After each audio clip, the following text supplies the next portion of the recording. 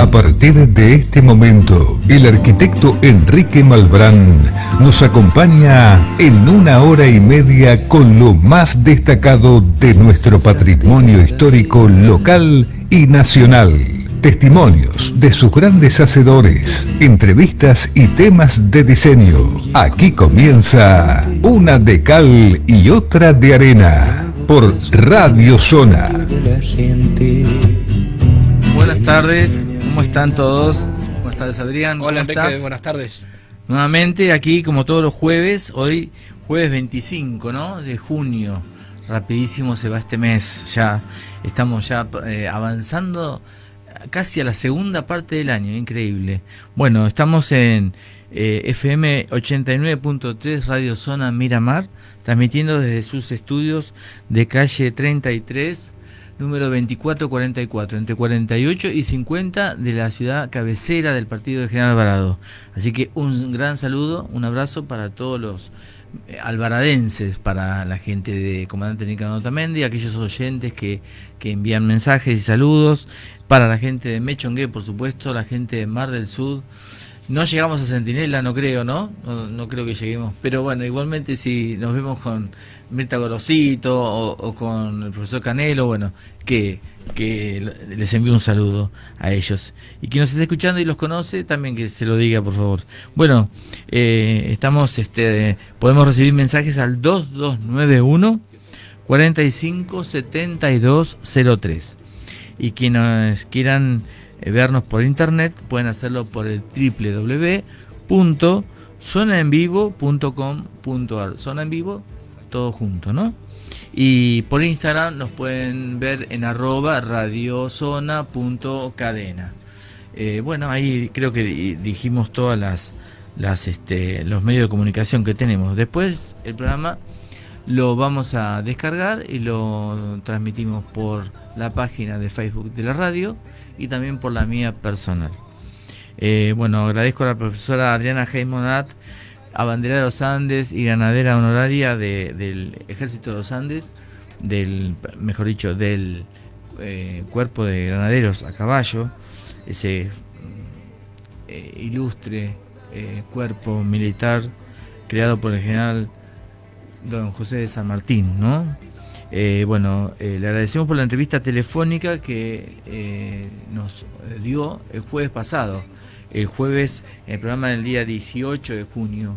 Ella nos contó sus actividades de este año y nos contó que iba a estar en Corrientes. Creo que en Corrientes ya ha estado, no recuerdo exactamente la fecha, pero era una fecha muy próxima del día 18. Bueno, y vamos a tener la semana que viene la charla, creo que es la tercera charla que va a dar el doctor Mario Garelick, que se llama La Independencia de las Provincias Unidas del Sur. La va a dar el sábado 4 de julio a las 17 horas en el Centro Cultural Español de la avenida 26 1331 de la ciudad de Miramar. A ellos, al Centro Cultural Español, los felicitamos por esta feliz idea de este ciclo de charlas históricas y por la feliz idea de haber convocado ya por tercera vez al doctor Mario Garelick. Y hablando del profesor Garelick, de Mario, a ver si traje el libro de él, sí, aquí, porque tuvo la gentileza de obsequiarme el libro de él, este libro que está agotadísimo, La Historia Grande con Letra Chica, que hizo la editorial Ágora. Algunos acontecimientos, indagaciones y curiosidades de nuestra Argentina. La Historia Grande con Letra Chica. ¿Qué papel jugó el negro Alsina en la vida de Artigas?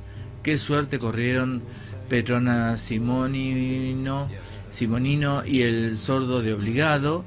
¿En qué términos Belgrano le avisó a Moreno que lo espiaban? ¿Por qué necesitamos conocer mejor a Toussaint Louverture y a José Olaya? Guido de Hispano, agitador de la Revolución de 1848 en Francia.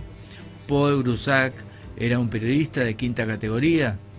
Bueno, con letras de historia minuciosamente seleccionadas. El autor nos propone saber de nosotros y de nuestros orígenes, soñándonos con pasión los sutiles ninguneos a los groseros, o los groseros ocultamientos de hechos y personajes ignorados de un pasado siempre presente. Bueno, es un libro agotado, por eso lo agradezco especialmente, porque además me lo dedico aquí, pero bueno, parece que ordenando algún estante, algún placar en la casa, la hija encontró algunos ejemplares de esta edición, que es del año, no recuerdo, me dijo 2020, algo así es. Bueno, pero entonces pensó enseguida en obsequiarme uno. Bueno, vi por Mercado Libre que hay gente interesada en adquirirlo, así que bueno,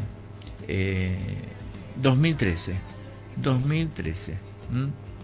Sí, 2013, ya tiene unos cuantos años, 13 años tiene. Qué bárbaro, no pensé que eran tantos.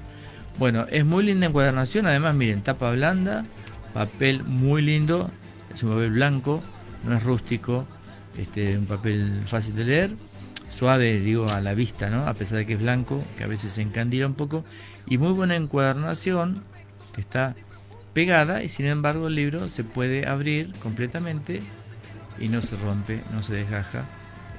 Bueno, por eso está muy bueno. Editorial Ágora, Mario Garelic, La historia grande con letra chica. Bueno, a ver si tengo algún otro aviso parroquial para proponerles. Bueno, por ahora eso es todo. El sábado 4 de julio vamos a estar con mi señora visitando al padre Hugo Segovia. Así que si quieren hacernos llegar mensajes para él, nos lo pueden enviar aquí al programa de la radio, o al 2291 464 994, que se los vamos a transmitir directamente para leyéndoselos o haciéndolos escuchar al padre Hugo Segovia, que está en Necochea, y gracias a Dios goza de muy buena salud, y bueno, nos ha invitado a visitarlo. Bueno, quiero un poquito antes de hacer la entrevista que tenemos por teléfono a la arquitecta Alicia Echarren, quiero hacerles un poquito la promoción a autores de nuestro partido General Alvarado. Vamos a empezar con Mar del Sur. Son libros clásicos, ¿no? Que ya la gente pregunta y sabe que estos libros están agotados, pero que siguen teniendo mucho interés. Está este libro de Osvaldo Aramendi, que se llama Mar del Sur, un libro pequeño, pequeño formato, digamos. Es uno de los primeros libros escritos. Tiene el prólogo de Mónica Aramendi, su hija, y es uno de los primeros libros escritos sobre Mar del Sur en sí, ¿no? Como libro. Más allá de algunas crónicas que la Asociación Amigos de Mar del Sur escribía, fotocopiaba y vendía en la biblioteca o en algún kiosco. Bueno, este libro es de 1999. Y bueno, Mónica hizo una especie de reedición que se llama Mar del Sur, Historias de ayer y de hoy, que es también hecho conjuntamente con el padre Osvaldo Aramendi y Mónica Aramendi, de la editorial Martín. Este otro, a ver quién es en la editorial, de quién se trata. Talleres Gráficos El Triángulo, Loma de Zamora. No alcanzo a leer ahora si tiene editorial o es de autor. Debe ser de autor, nada más. Diagramación y diseño, Mónica Aramendi, Sergio Darrigo. Escrito en 1987, actualizado y reordenado en diciembre de 1999. Bueno, este es el segundo que les comentaba, que tiene una tapa muy linda, Ahí lo tienen, un libro ya más gordo, más completo, ¿no? Con algunas fotografías en colores, que hablan sí de Mar del Sur, o Boulevard Atlántico, como correspondería llamarlo, Mar del Sur. Bueno, algún día hablaremos mejor de eso, y se podrá a lo mejor solicitar que respeten su nombre fundacional, ¿no? El loteo de Fernando Aramendi.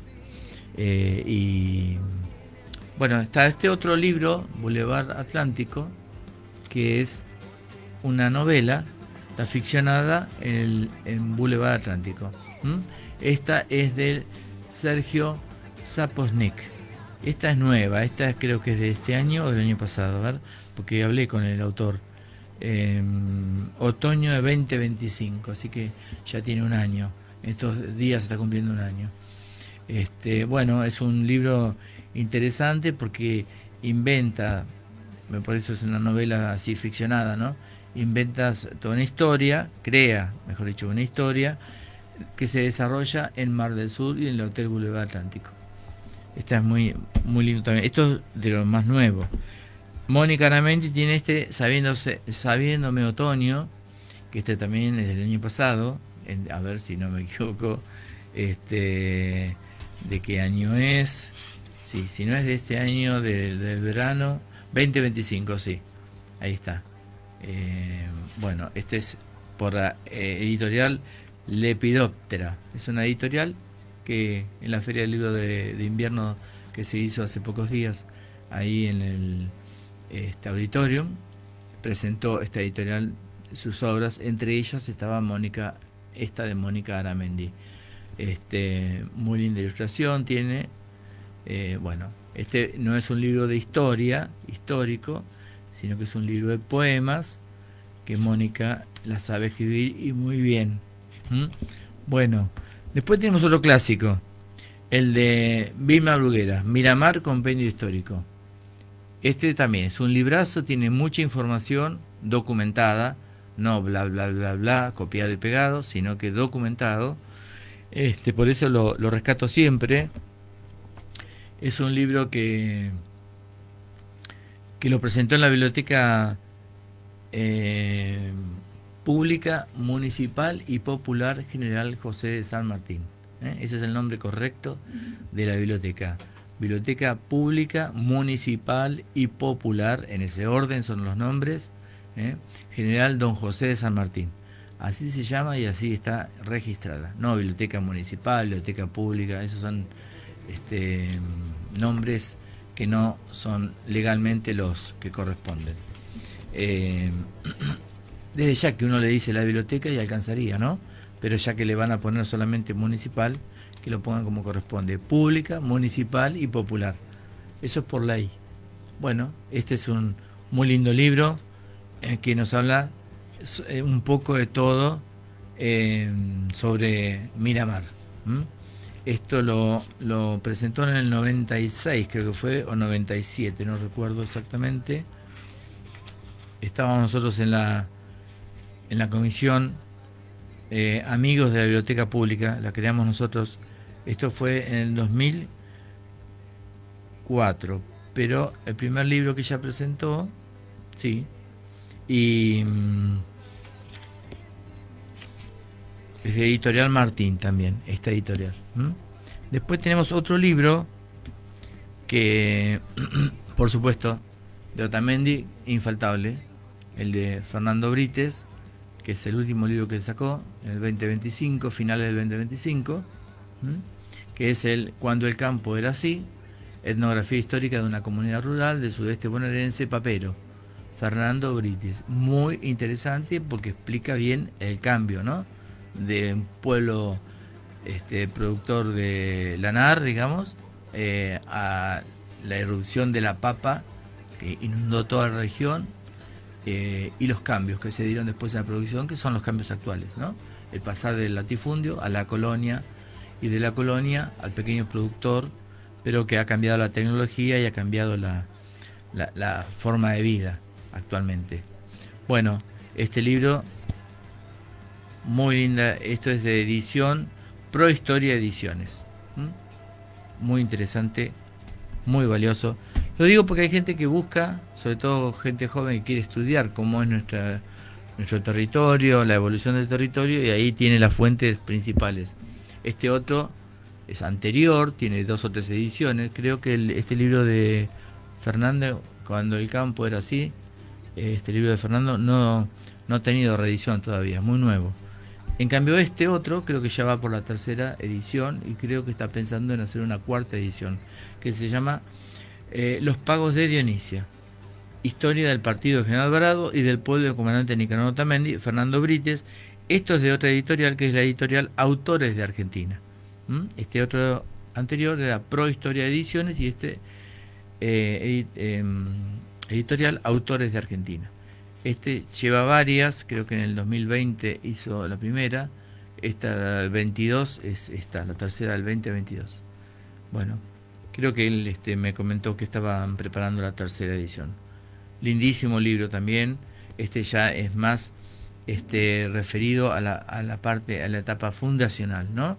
Y la evolución, la muestra de documentos, de los dueños de los campos, la aparición del ferrocarril y instituciones de comandante Nicanor Otamendi, muy lindo. Y los pagos de Dionisia, ¿no? Habla de su pago, Dionisia, y explica por qué. Justamente hoy subí a la biblioteca digital Fortunato de la Plaza, que la pueden encontrar por Nvidia Alvarado, biblioteca digital Fortunato de la Plaza en internet, lo van a encontrar. Ahí subí 2 trabajos de él que me compartió para publicar generosamente. Uno que habla de por qué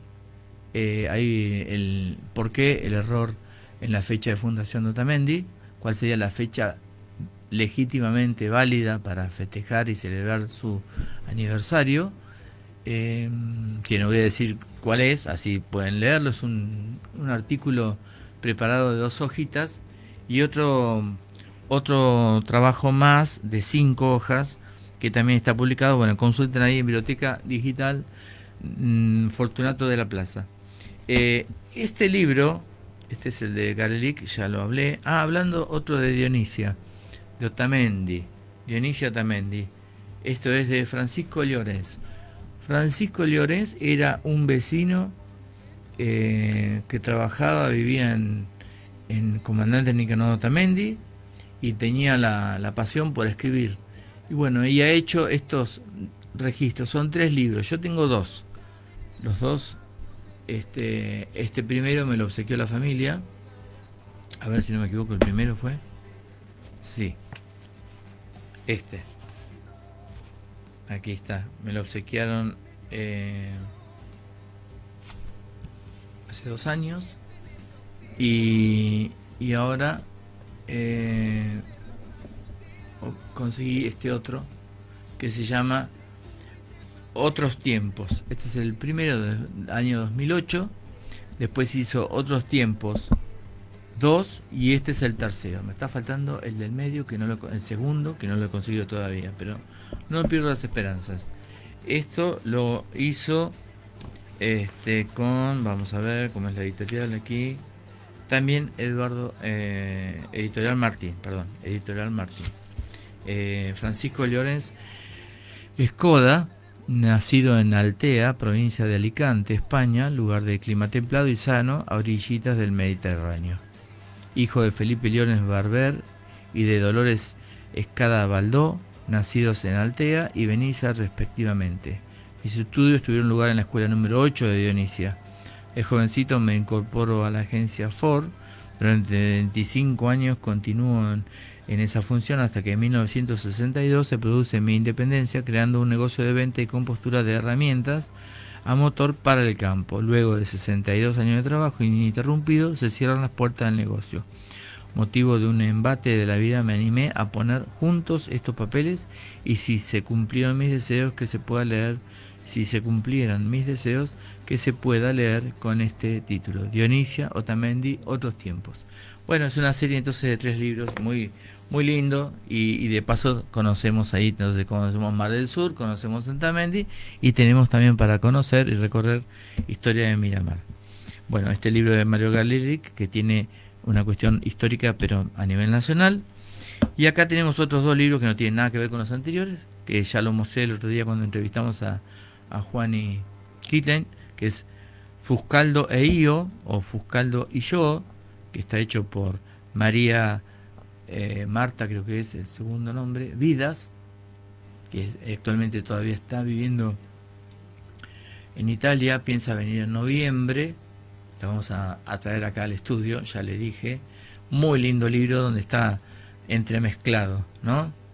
Revuelto como en la olla, la historia familiar con recetas de cocina que tienen que ver con su familia. Esto, bueno, muy linda ilustración, muy buena presentación también. La verdad que es da gusto leer este libro. Es la editorial, es Almaluz. Y también tenemos aquí, este es un libro, precioso libro de María Angélica Laviano.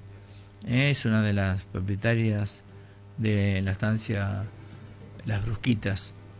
El viaje de Cecilia Grierson.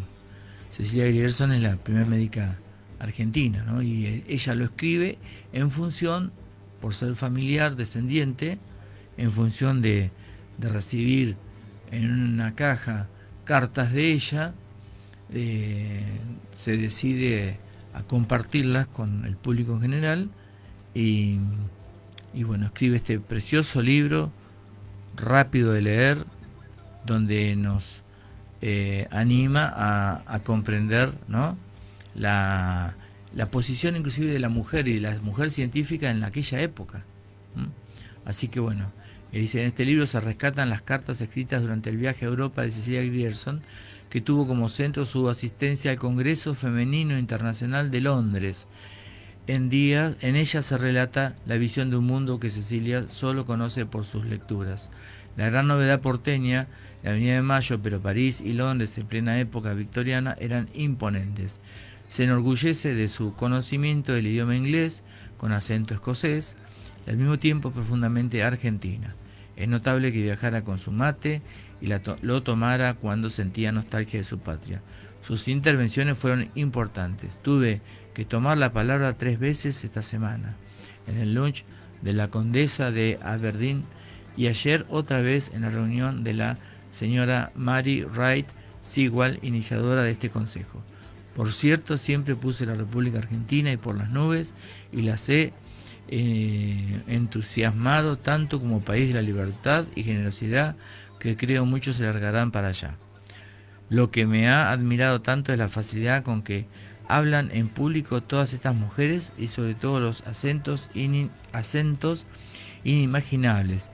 Disienten como hombres, diríamos allá, y lo hacen con verdadero talento, ¿verdad? Es que son mujeres escogidas de cada nación.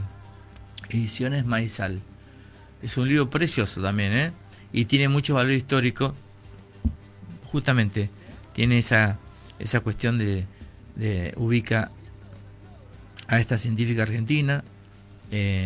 Los que hayan ido por Buenos Aires, por Puerto Madero, recordarán que una de las calles lleva el nombre de Cecilia Grierson.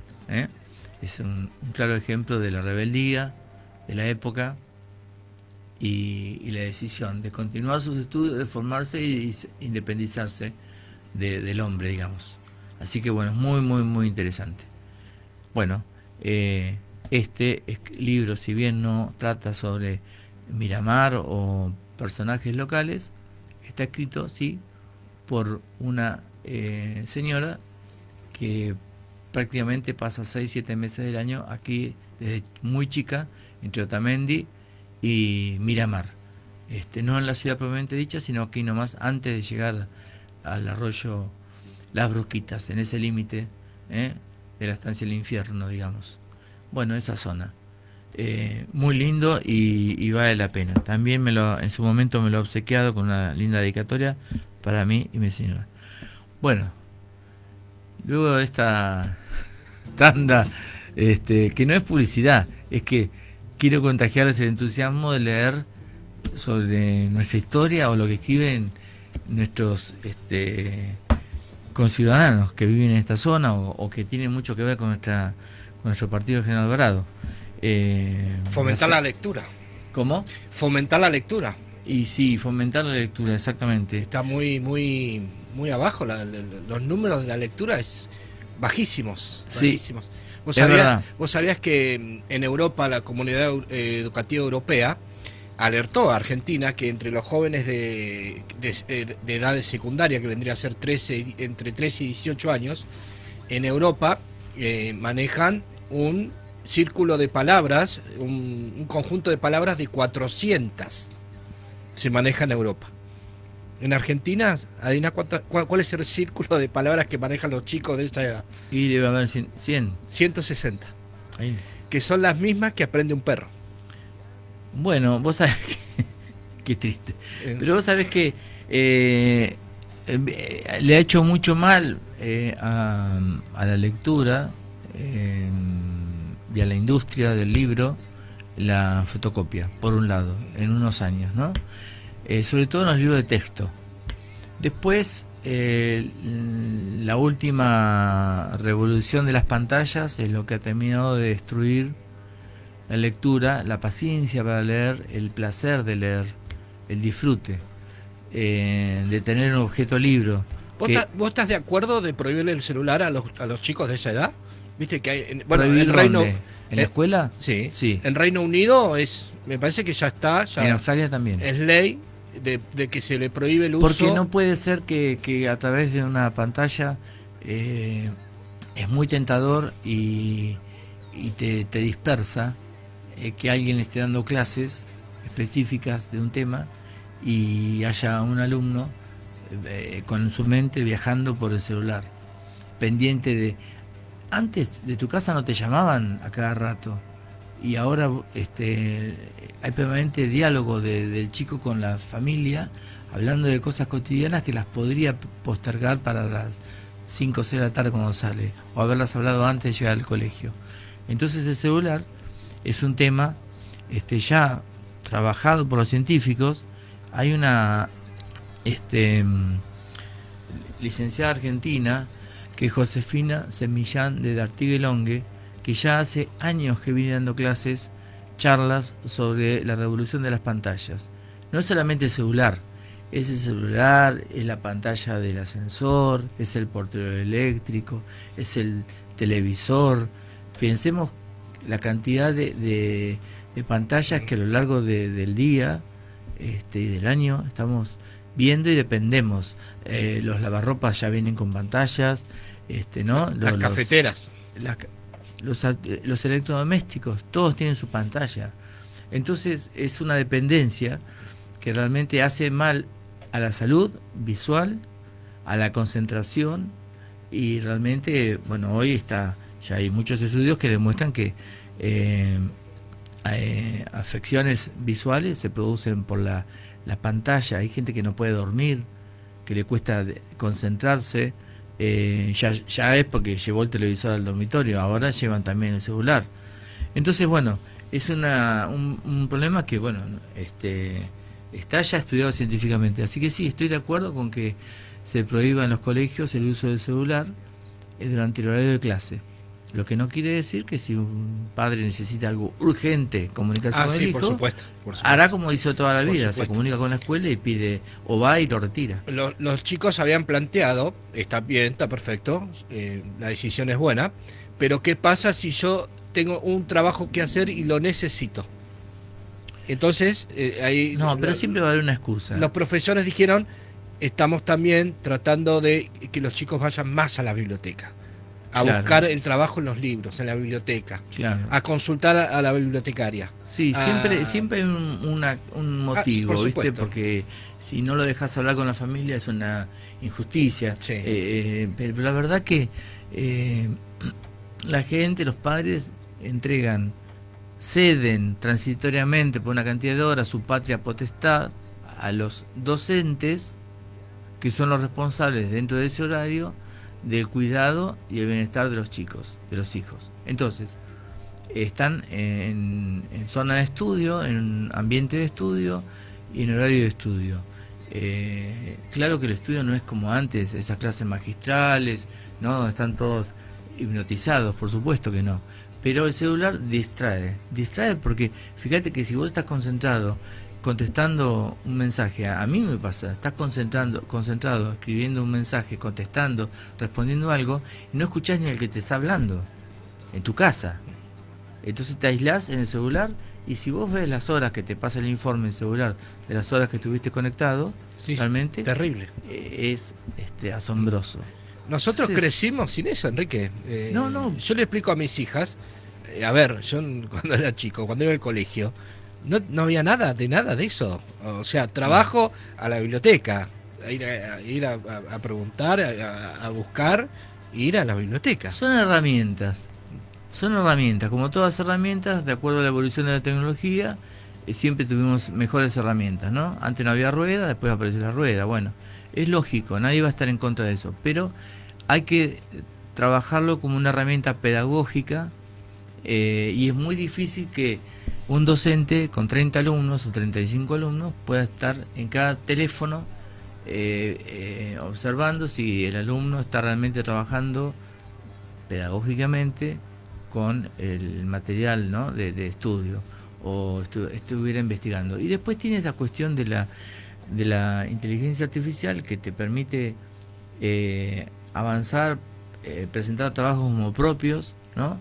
Lo cual es también muy dramático, porque imagínate que aparecen las monografías, las tesis, los trabajos, que son se truchos, puede escribir un libro. Sí, vos podés tener resultados, pero si en el medio no está tu cerebro procesándolo y adquiriendo el conocimiento, es imposible, el resultado no va a servir para nada. Porque todo finalmente es como los libros, está en la biblioteca. Esto es una forma más rápida de llegar al conocimiento.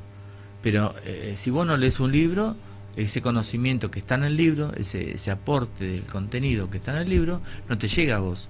Y bueno, acá es más fácil porque tenés el celular, pero realmente pasa por vos y vos quedaste en el camino, porque no se te quedó en vos, no te permitió reflexionar, ¿no?, hacer un cambio de conducta sobre lo que leíste o sobre lo que aprendiste, lo que querés aprender.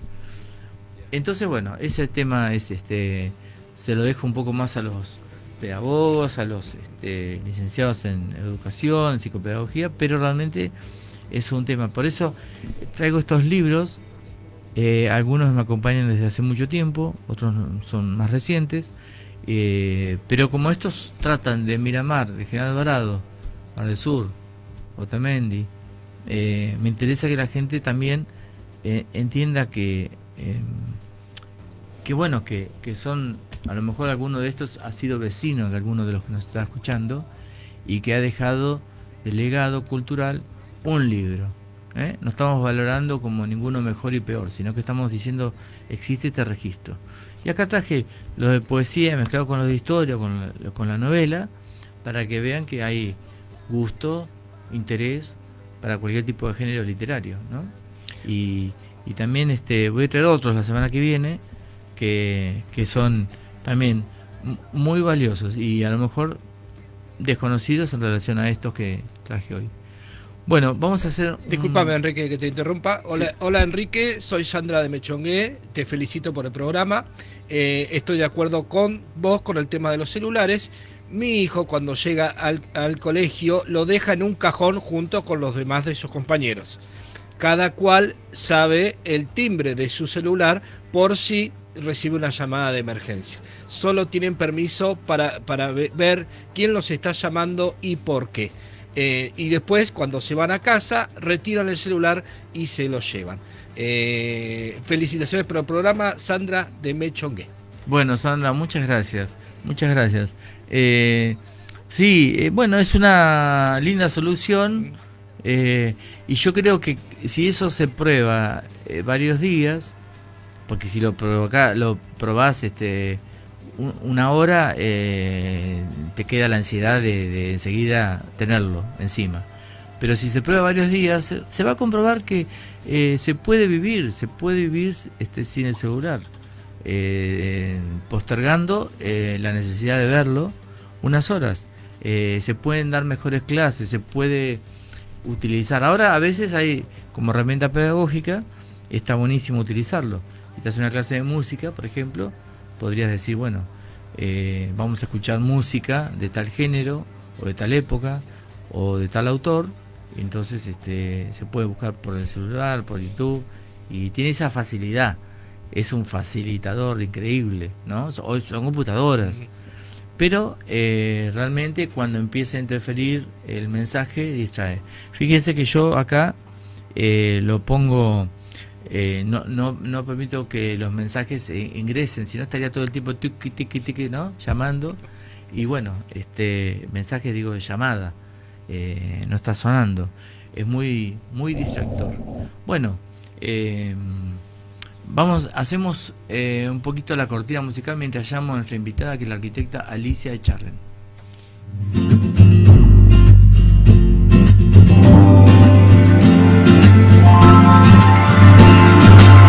De manera insensata y verdadera, imprudente y convincente, fluye contra la corriente. No hago caso al comentario de la gente que no tiene antena para lo que siente. Te amo de una forma que destruye toda norma, sentimiento que se sale de romances medievales. Por la espalda un empujón de mi impaciencia, hecha por los aires tu correspondencia. Yo también pretendo mejorar el mundo, hacernos perfecto, más alto y profundo. Ayudemos en su simetría, quiéreme como tú quieres, estilo varía. Yo también pretendo mejorar el mundo, hacerlo más perfecto, más alto y profundo. Ayudemos en su simetría, quiéreme como tú quieres, estilo varía.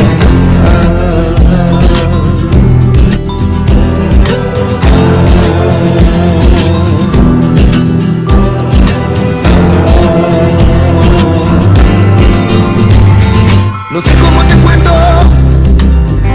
del extraño monumento que en mis sueños se aparece y que cada noche crece. Ya no cabe en el espacio de mi mente, ya desborda la pared de mi inconsciente. Y como un pajarito en medio de un rito, tengo que tener cautela. Bueno, como les prometí, estoy acá en contacto telefónico con la arquitecta Alicia Echarren, que es amiga y siempre la veo cada vez que puedo, la escucho en alguna presentación de material histórico importante de Mar del Plata, General Pueyrredón, ahí en el Museo de Villa Mitre, el Museo Barile. Y bueno, vamos a conversar con ella porque está por presentar un trabajo sobre el Ariston, esa construcción, algunos dirán muy extraña, pero más extraña es porque está en ruinas y la han dejado caer a lo largo de los años. Pero bueno, parece que hay un proyecto de recuperación, pero ella nos va a contar su historia. ¿Cómo estás, Alicia? Hola, muy buenas tardes, Enrique. Bueno, un gusto recibirte por WhatsApp aquí en Una de Cal y Otra de Arena. Sí, muchísimas gracias a todos los que nos escuchan. Bueno, Alicia, ¿cómo va el tema? ¿Vos querés presentar, está por presentar ahora, qué día, el 27, este sábado? Sí, este sábado a las 5 de la tarde voy a hablar sobre el Ariston, pero en realidad no solo hablo del Ariston como un edificio aislado, sino hablo de todo el contexto.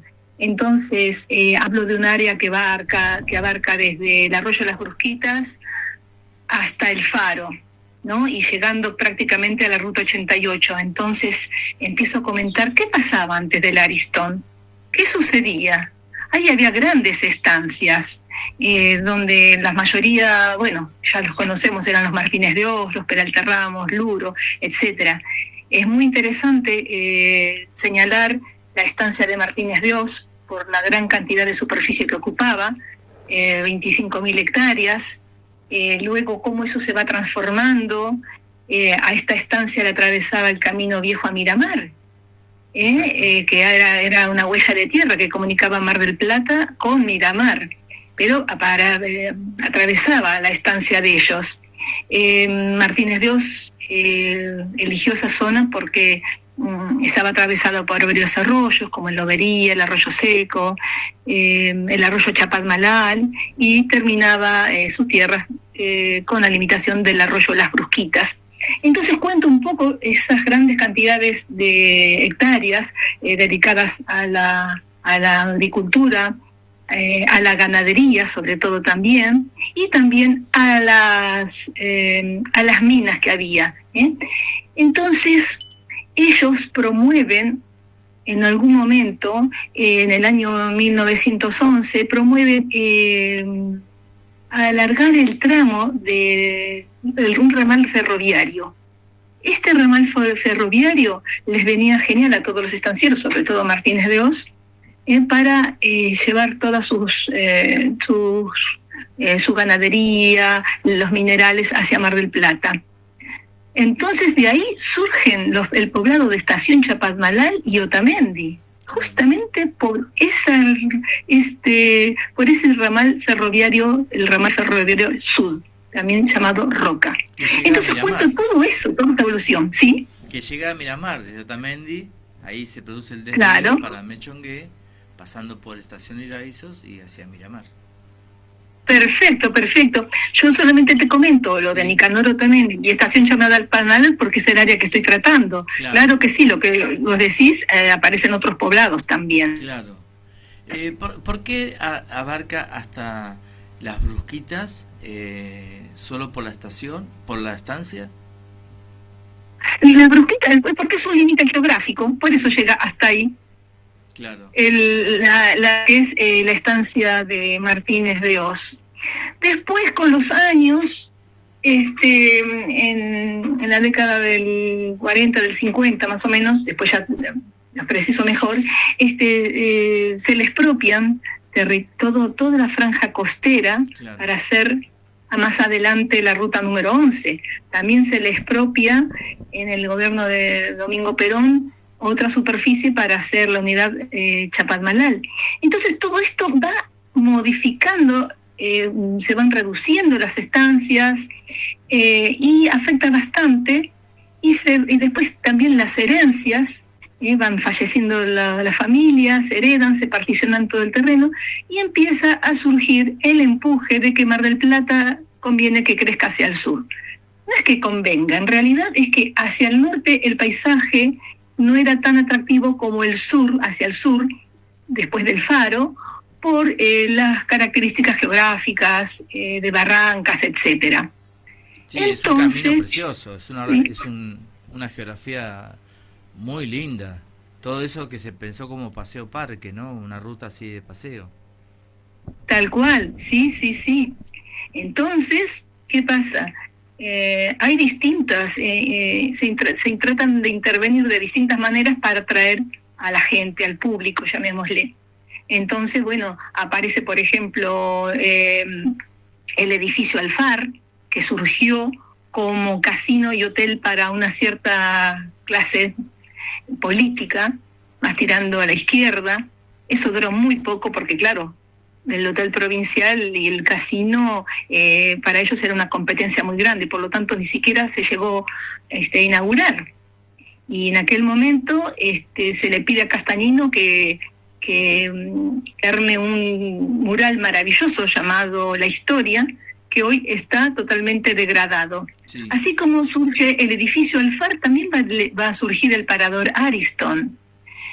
También hay otro elemento que ustedes cuando van hacia el sur ven, el Partenón. Eso sí, también se hace como para promover urbanizaciones.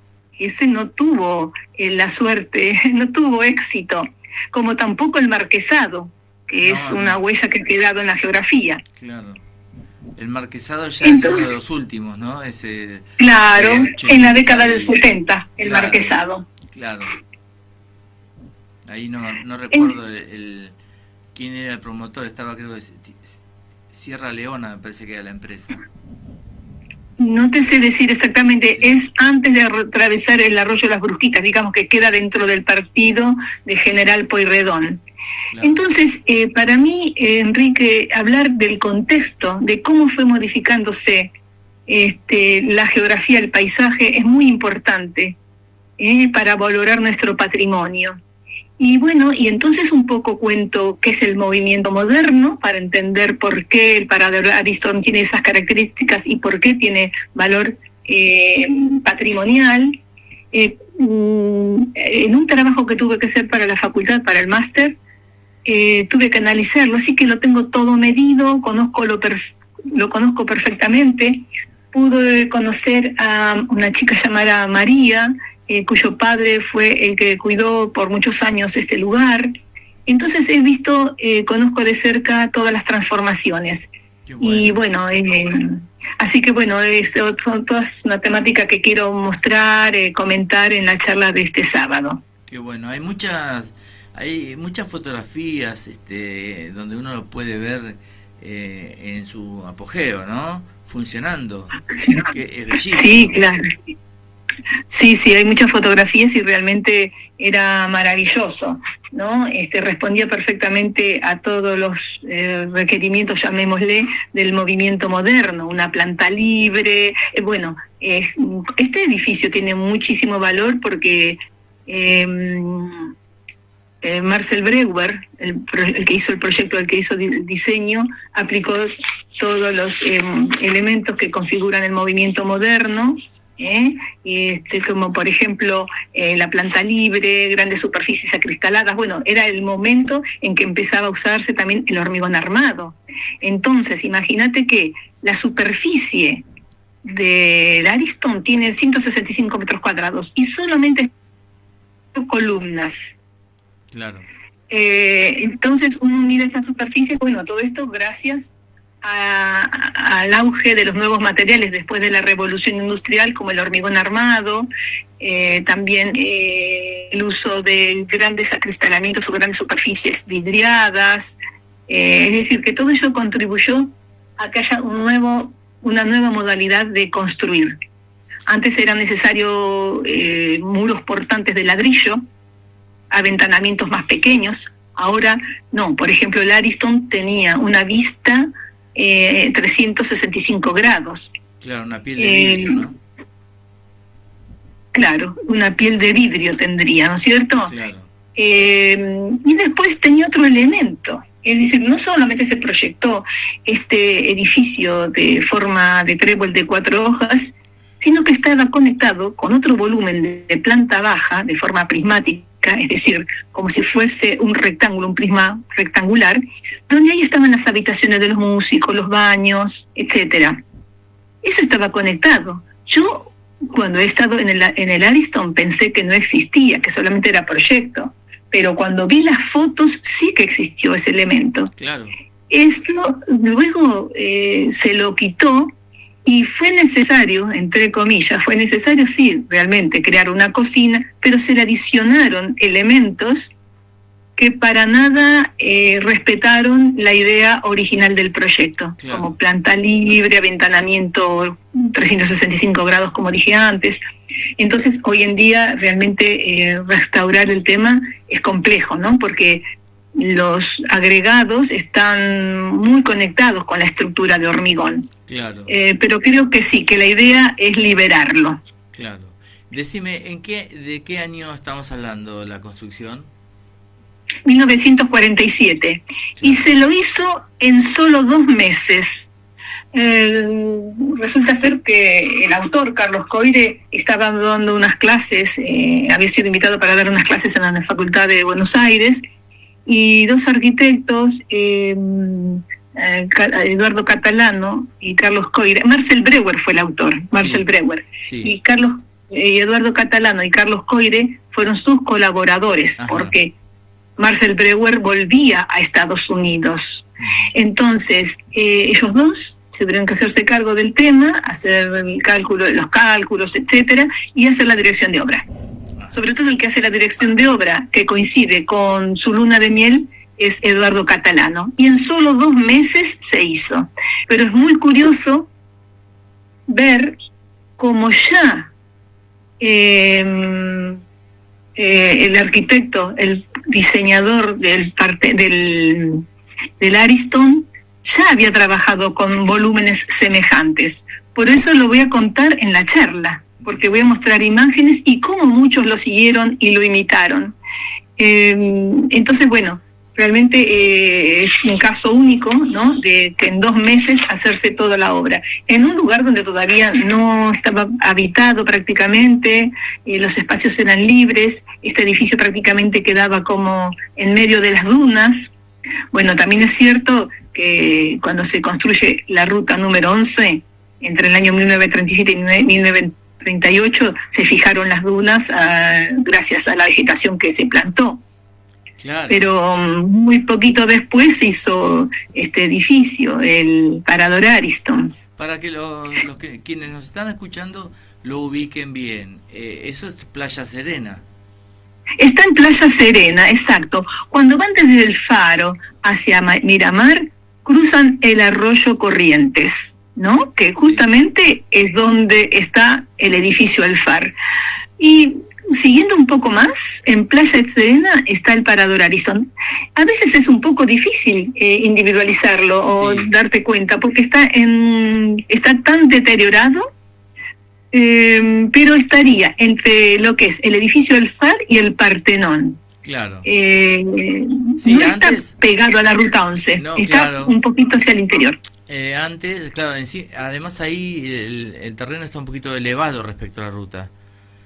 Porque exacto, sí. Lo tengo presente porque siempre era la playa de estacionamiento de la terminal, digamos, de la línea de colectivos hacia la ruta. Entonces el terreno está un poquito elevado y ahí hubo además muchos accidentes. Los miramarenses van a recordarlo, hubo muchos accidentes porque los colectivos salían sin casi alta velocidad y bueno, hubo varias muertes en esa salida. Pero además está un poco visualmente perdido porque claro, todas las construcciones vecinas han avanzado casi juxtaponiéndose, ¿no? Porque hay un costado que está todo pegoteado con el edificio original. Claro, totalmente de acuerdo. Sí, es así. Es decir, en su origen, que yo pude ver los planos originales, tenía toda una superficie libre, todo alrededor, era prácticamente la manzana libre. Claro. Luego se fue parcelando, luego ese volumen de servicio de forma rectangular, de planta rectangular, desapareció, se le adosaron un montón de realmente lo han destrozado. Pero luego de la inauguración, muy pronto se le hicieron todos estos agregados. Inclusive, lo primero que se le hace, es decir, la planta baja, que era solamente un pequeño, una mesa, digamos, donde, bueno, mejor dicho, un aseo para damas, otro para caballeros, y el guardarropas, típico. Claro. De hace muchos años, el guardarropas, un lugarcito para que la gente lo depositara y poder subir por una escalera helicoidal a la planta alta. Eso era una discoteca, había muchas veces habían grupos musicales, pequeñas orquestas que dormían en esas habitaciones que yo comenté antes. Claro. Bueno, ¿la escalera se encuentra? Bueno, ¿está la escalera actualmente? Sí, la escalera helicoidal sí está. La que ha desaparecido completamente es la que sumaba a este volumen prismático, donde estaban las habitaciones, con la planta alta. Esa se quitó y se hizo otra terriblemente espantosa, fuera de proporción, pegada a la estructura original del Ariston. Y después, pero lo primero que se le hace es, como el primer agregado que se le hace al Ariston, a partir de la idea original, es agregarle una cocina. Uh-huh. Pero ¿sabes dónde estaba la cocina? Pegada a las ventanas del baño. ¿Qué significa? Que los aseos públicos ventilaban a esa cocina, que es donde estaba la familia que habitaba todo el año para el resguardo de este edificio. Entonces, son cosas que se han permitido y que se han aprobado, que lamentablemente han ido contra la idea original de Marcel Breuer, ¿no? Y de lo que es el movimiento moderno. ¿Quién lo contrata para hacer? ¿Pudiste averiguar cómo es el origen del proyecto? ¿Quién decide contratarlo a Breuer para que haga esta obra?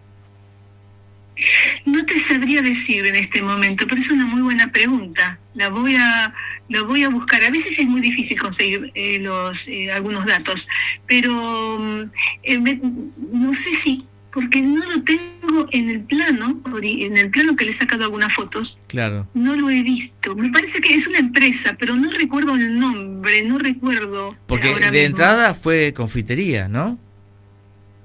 ¿O no? Sí. ¿Fue? Sí, al principio sí. Era un lugar de baile, de encuentros, Sí, de tomar... un lugar social. No de cenar, pero sí de tomar copas. Claro. Un lugar social muy muy bien pensado, pero bueno, después fue cambiando de dueños. Sí, fue cambiando de dueños en varias ocasiones, hasta llegó a ser una parrilla. Después la planta baja estaba vinculada con varios agregados que se le hicieron. Y la planta alta también. A la planta alta se le hicieron unas losas que llegaban a unas terrazas de un edificio que quedó ahí abandonado.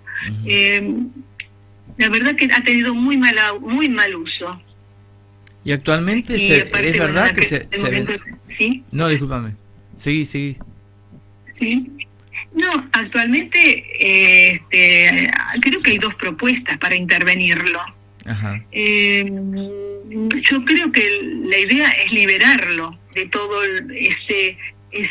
porque ahora hay unos edificios que han sido lugares de arreglos para los colectivos. Claro. Bueno, todo eso se va a liberar. El tema es el respeto al entorno. Espero que no hayan torres ni que hayan edificios que se pasen de altura, de la altura que está permitida en la zona. Claro. Bueno, espero que el entorno se respete. Vos sabés que siempre uno, como vos, como tantos otros proteccionistas, ¿no?, de la arquitectura, de los patrimonios, de la misma naturaleza, siempre estamos bregando para que conservar y mantener en buenas condiciones estos hitos de la construcción, que realmente son únicos, porque en Argentina creo que es la única obra de Bregüer, ¿no? Sí, en Latinoamérica es la única obra de Marcel Bregüer. Sí.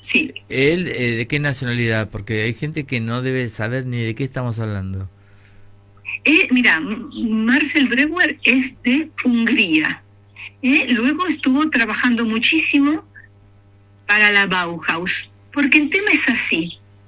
¿Qué es el movimiento moderno? Es una forma, es un movimiento que se produce en la década del 1920, en esa década en Alemania. Es romper con los estilos históricos. Y nace para resolver la crisis habitacional de la revolución industrial. Mejorar la higiene urbana y aparte aplicar los nuevos materiales, que eran el acero y el hormigón, en beneficio de una arquitectura más funcional. Claro. Y también una arquitectura desprovista de adornos innecesarios, es decir, de la ornamentación. Claro, por eso que hay un gran cambio, claro, en la arquitectura. Es decir, Marcel, entonces hay una escuela que habla sobre esta nueva modalidad de entender la arquitectura, la técnica, etcétera. Esta escuela se va a llamar la Bauhaus. En esta escuela va a trabajar en el taller de carpintería Marcel Bregüer. Y es el que luego entonces va a ser Marcel Bregüer, que perteneció a esta escuela llamada la Bauhaus, va a ser su primera obra en Latinoamérica justamente.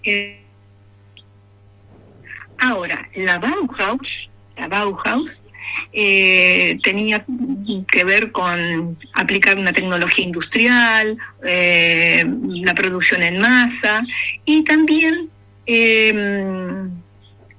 Marcel Bregüer llevó a cabo, o trató de llevar a cabo, 5 de los puntos importantísimos de este movimiento moderno, que lo aportó Le Corbusier, otro arquitecto.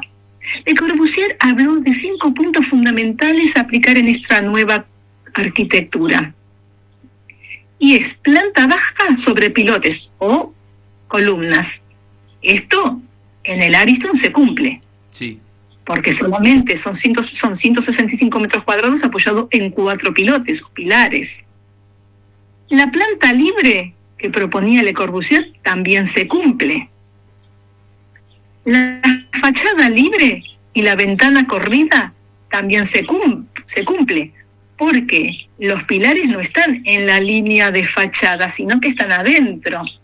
Imagínense un árbol, un trébol de 4 hojas, donde tiene cada hoja, en el centro de cada hoja hay una columna. Por lo tanto, se pudo lograr todo un aventanamiento corrido. Lo que no cumple de estos 5 puntos es que no hay terraza jardín. Exactamente. Esta arquitectura es una arquitectura, llamémosle pura, porque son formas cúbicas, prismáticas. Sin embargo, Marcel Breuer respeta todo esto, pero hay una cosa que modifica, que tiene la forma, es orgánica, porque fíjense que tiene más que ver con una planta, con un trébol, que con un prisma, que con un cubo. Esto fue influencia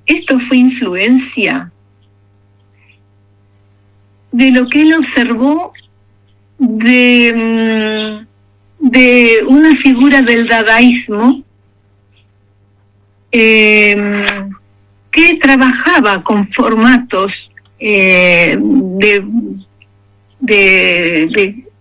trébol de 4 hojas, que se llamaba Jean Arp. Jean Arp fue un escultor, un poeta franco-alemán y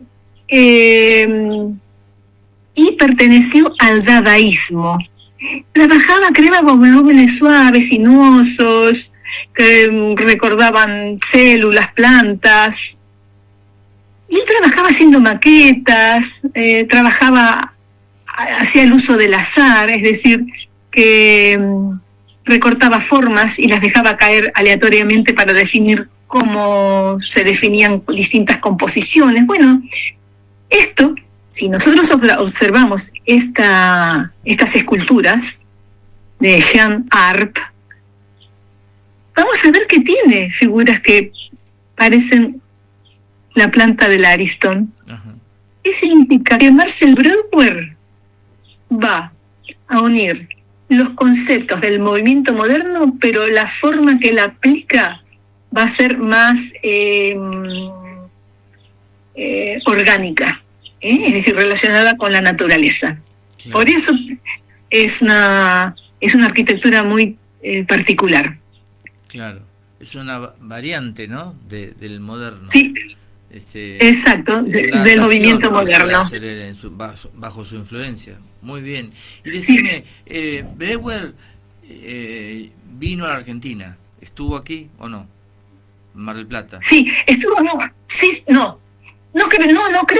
llegó a Mar del Plata. Estaba dando clases en Buenos Aires, le habían llamado, y se conecta con 2 arquitectos muy importantes, Eduardo Calano y Carlos Coire, y se conecta con él, a ellos, ahora lo recuerdo, claro, a ellos una empresa les había pedido de hacer un edificio al sur del Faro, para promover el acercamiento de personas a la zona, ¿no? Claro. Entonces le piden que haga, dice, ¿por qué no nos haces una propuesta para un parador al sur de Mar del Plata? Y Marcel Breuer lo hace con una facilidad sobre una servilleta que llamó la atención, claro, pero cuando uno se pone a estudiar e investigar en profundidad de dónde había sacado las ideas, claro. Realmente él había estado trabajando con el tema, porque había hecho una maqueta de una cafetería para un complejo residencial en Inglaterra. Y había hecho una cafetería allá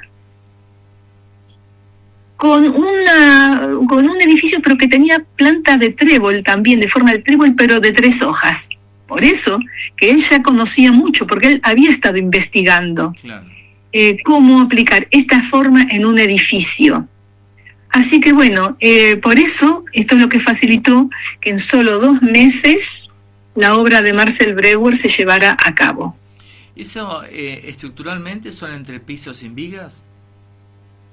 No. Tienen, son estructuras de hormigón, sí, y tienen vigas en planta baja de cuelgue. ¿Qué significa de cuelgue? Que cuando vos estás en la planta alta, sí, no tenés ningún elemento que sobresale. Ajá. Y el techo de la planta alta, viga invertida. ¿Qué significa? Que cuando vos estás en la planta alta, nada más que ves una losa plana, que no le cuelga nada. Entonces es una superficie impecable. La planta alta lo único que va a tener que, entre comillas, te va a interrumpir son los 4 columnas de 45 centímetros de diámetro cada una y la escalera helicoidal, que es maravillosa. Esa sí se mantiene bien, pero como le han agregado muchos más baños y otras superficies, la verdad que no permite una lectura realmente franca de este edificio. Uh-huh. Bueno, sí, es un edificio, una obra escultural, ¿no? Prácticamente, si bien la arquitectura no es una escultura, pero tiene un perfil que desde la costa, los que pueden a lo mejor paseando detenerse y apreciarlo y un poco imaginar lo que sería eso, o ver videos y fotografías que andan siempre en internet, van a poder apreciar esa silueta, lo que sería en la época, ¿no? Que no hace tanto. Sí. Sí, no hace tanto. Yo creo que sería conveniente crear paneles, porque para que la gente vaya, porque lo que se conoce,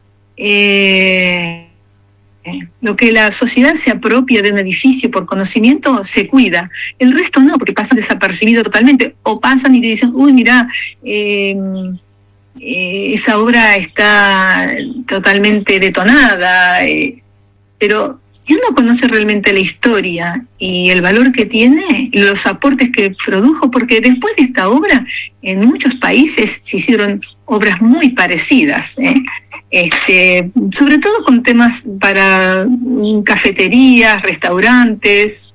Bueno, eso lo voy a comentar también este sábado, porque ya tengo las imágenes preparadas, pero es curiosísimo, es muy interesante. Lo que aportó Marcel Breuer en Mar del Plata. Qué bueno.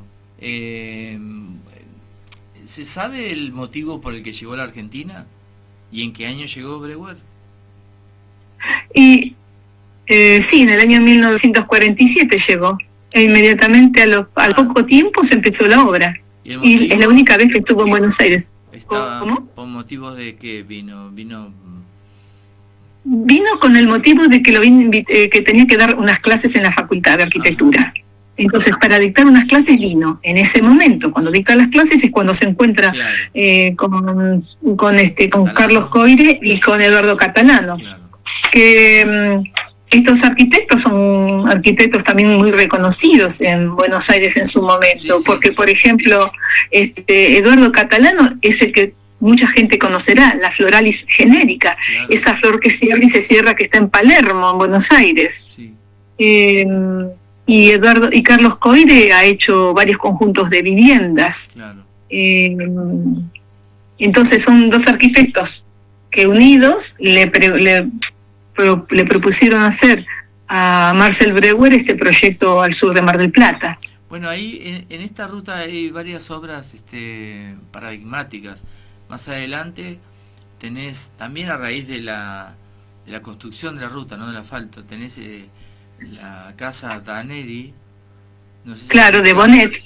De ¿sí? Bonet y Salva. Tal cual. De Bonet y Salva, que también es un arquitecto, en este caso catalán, asociado con un platense, Salva, con Z, que, bueno, que era un proyecto encargado a Salva, y después de varios intentos decidió asociarse con Bonet para esta obra, que es una obra también muy interesante, muy linda, de otro estilo, distinto a esto que estamos hablando del Sí. pero bueno, también es interesante por la época también, eso es el 38 aproximadamente, que son Sí. es un conjunto de 3 casas muy distintas, 2 que ya son tipo mansión, de piedra, planta alta, bueno, grandes construcciones, y la tercera es esta de Danelli, que es la entrada como para el lado de las residencias cooperativas, ahí en esa zona. Exacto, sí. Y esto también Sí. son 3 lotes y 3 proyectos de ingenieros de platenses de la empresa constructora del asfalto. Ajá. Estaban construyendo la ruta 11, ¿no? En el gobierno de Fresco. Sí. Y después Exacto. tenés la unidad turística de Chapandalal, también otra gran, También. maravillosa Claro. obra, ¿no? También Claro. de unos años Claro. anterior todavía, del 45. Del 45, del 45. Sí. Mira, exacto, sí. Por ejemplo, en el año 45 es la obra de Chapadmalal. En el 2 años después es el Ariston. Claro. En el 48 está la propuesta del Partenón, que no se lleva a cabo. En el 50 es la Torre Alfar. Ya un poco más lejos, en el 76 es el Mercasado Country Club. Pero me refiero que hay muchos impulsos por hacerlo. Una de las cosas que a mí me llamó la atención con respecto a la Torre Alfar, cuando se hace, en el año 1950, que iba a ser hotel y restaurante y casino, es que al arquitecto Navratil se le pide también que haga un proyecto para una urbanización elitista, distinta al resto. Entonces se propuso manzanas donde máximo podían haber 3 viviendas aisladas, sin ningún tipo de medianera, pero lamentablemente lo que se hizo es que había una laguna muy grande llamada Corrientes. Para hacer toda esta urbanización, porque no solamente se hizo el bloque de la Torre Alfar, sino que se hicieron unas cuantas viviendas, se seca la laguna Corrientes, se abre más el arroyo Corrientes, que ustedes muchas veces lo han pasado y no le han prestado atención, se abre el arroyo Corrientes y se seca esta laguna. Con el problema, espero que nadie se asuste, pero claro, hubo un relleno, y para cimentar sobre un relleno hay que ir al suelo firme, y ir a un suelo firme donde hubo una laguna realmente es bastante complejo, ¿no? Entonces, lamentablemente, muchas viviendas que están asentadas sobre lo que fue la laguna tienen fisuras. Así que bueno, hay cosas que se han hecho que realmente no se ha respetado la geografía, no se han respetado nuestros paisajes valorados, ¿no? Claro, fíjate que esto que hablamos de estas construcciones que estamos citando estaban pensadas inclusive para la panorámica del Océano Atlántico, el mar argentino, y con las construcciones actuales, aparte que la forestación creció, se plantó, ¿no? Todo eso es artificial, pero digamos, actualmente han hecho tantas construcciones que se ha ido perdiendo toda esa visual, así que lo mismo que el barrio ahí que estamos comentando, lo del barrio de Estafeta Chapandalal, ¿no? Antes de la unidad turística, para nosotros después de la unidad turística, que hay todo un código regulador de cómo debía edificarse con esas características de piedra Mar del Plata, teja española, madera achada, también con casas exentas de las medianeras, ¿no? En terrenos más amplios, que todavía hay algunos ejemplos muy lindos que se conservan. Ya vos notás que son casas viejas, pero nobles. Claro, son casas que hoy ya tienen casi 80 años. Y bueno, viste, después, bueno, todo eso ha ido quedando de lado, pero realmente ese proyecto de los conservadores, la verdad que era de ellos, el proyecto de Paseo Parque, con la llegada a Chapadmalal y después el camino que continúa hasta Miramar, es un proyecto precioso, ¿no? Precioso. Han pensado paisajísticamente en un desarrollo muy muy lindo y muy bien trabajado, porque hasta la forestación tenía varias líneas de forestación, desde la planta más blanda, más baja, hasta que llegaba a la forestación de los bordes ya de los campos. Sí, es cierto, es un proyecto maravilloso realmente. Sí. Creo que muchas veces seguimos de largo y no nos ponemos a observar, pero hay unos paisajes lindísimos, e inclusive podríamos llegar a rescatar también paisajes yendo hacia el interior de toda esta zona, porque llegar a las estaciones de trenes de Chapadmalal, de Otamendi, conocer la historia del lugar también es fascinante. Y también está el castillo de Miguel Martínez de Hoz, Miguel Alfredo Martínez de Hoz, que sí, ahora no se puede entrar, a donde se hacen eventos, y bueno, de esa manera sí se podría conocer, pero bueno, todavía... No, ese es precioso. Eso hasta el 94... ¿Lo has conocido? ¿Cómo? ¿Lo has conocido? Sí. Es una construcción, es otro país, o sea, eso es Europa. Es trasplantado Claro. a nuestro territorio, Europa. Es una época de tirar manteca al techo, de la sociedad rica, Claro. de granero del mundo, bueno, es otro concepto desde historia. Es otro concepto, sí, pero sería bueno por ahí enlazar esa ruta, esa arquitectura europea, porque este castillo de Martínez de Hoz es del año 1906. Sí. Pero el Aras, sí. era el Aras de Martínez de Hoz. Hay que decir que lo que decimos vulgarmente el orejudo, él era heredero del Martínez de Hoz que lo inicia la riqueza, no la fortuna. Por supuesto, sí. Yo tengo... Aunque él es el último dueño, creo, de Aras acá en cerquita de Miramar. Y también está Marayuí, que es otra maravilla. Marayuí también está Marayuí. Es increíble. Claro, son 3 caminos. El primer camino fue el camino de la 88, que es un camino, siempre fue la huella de carretas, digamos, postas. No, ese sería el camino viejo Miramar. No, el primero es el camino viejo Miramar.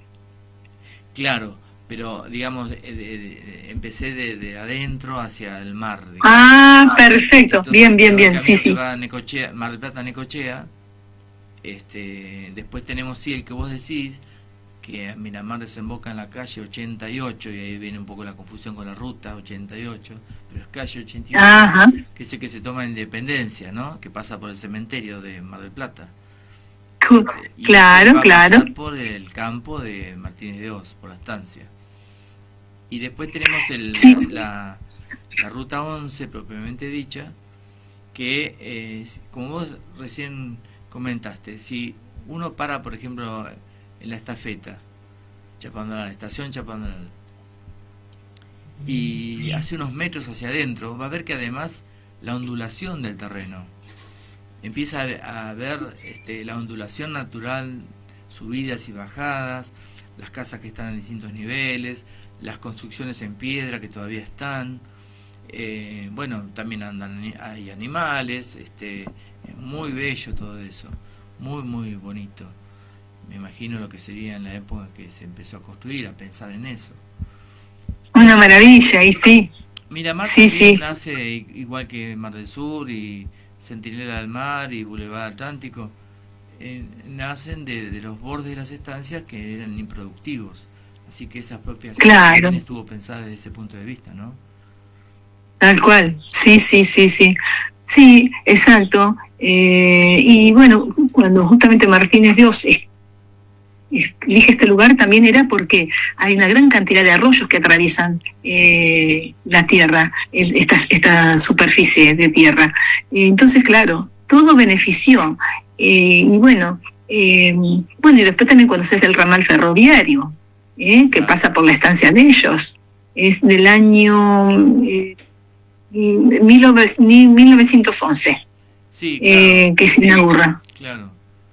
Debe ser de principio debe ser de fin del 10 al 11, a principio del 11, Exacto. cuando se inaugura todo este ramal. Y la municipal, la unidad turística realmente que es un crimen como la han abandonado últimamente. Está todo, vos pasás a la noche, está todo sin luces, el pasto crecido. Es como que tienen un proyecto, no sé, guardado bajo 7 llaves, o no sabés qué va a pasar.